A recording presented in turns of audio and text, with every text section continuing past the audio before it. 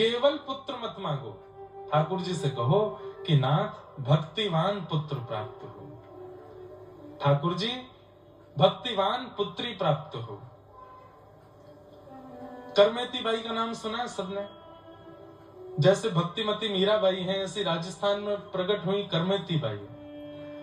Karmeti by जी के प्रसंग में आता है कि उनके पिताजी ब्राह्मण कुल में थे, कथा आदि करते थे, संतान हुई नहीं, तो अपनी कुल देवी से हट करके गए कि मैं कुल देवी के पास जा रहा हूं, मुझे संतान चाहिए, और अगर मुझे संतान का आशीष नहीं दिया तो मैं अपनी बलि चढ़ा करके आ जाऊंगा देवी के ऊपर। इस कामना से निकले तो मार्ग में ही एक सुंदर स्त्री का दर्शन हो गया। उस स्त्री को देख करके इनके पिताजी, करमेती बाई के पिताजी बोले कि तुम सामान्य तो नहीं हो, कौन हो? बोले मुझे नहीं पहचाने, मैं तुम्हारी कुल देवी हूं। तो तुरंत चरणों में गिर गए, बोले मां आप यहां प्रकट हो गए? बोले तुम क्या कह रहे थे कि अपनी बलि चढ़ा के आ जाओगे यदि मैंने तुम्हारी कामना पूरी नहीं की? बोले मां मैं क्या करता, आधा जीवन निकल गया विवाह के बाद, अभी तक संतान नहीं है, इसलिए मैंने हठ पूर्वक, गलती हो, क्षमा हो गई, मुझे क्षमा कर दीजिए, मैंने आपसे ऐसा कहा। बोले जाओ 4 पुत्र होंगे तुम्हारे। तब करमेती बाई के पिताजी ने हाथ जोड़ करके कहा पुत्र होंगे अच्छी बात है, पर मेरी इच्छा तो एक पुत्री की है।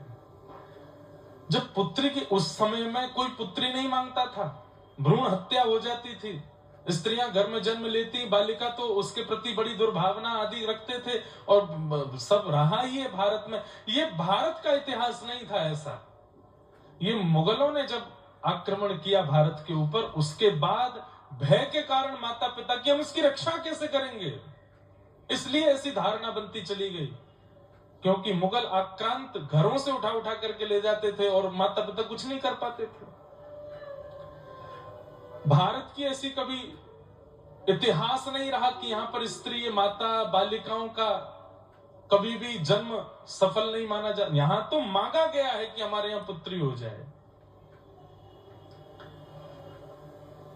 तब इन्होंने वरदान में मांगा कि 4 पुत्र होंगे अच्छी बात है, लेकिन एक पुत्री हो, ये मेरा सौभाग्य होगा।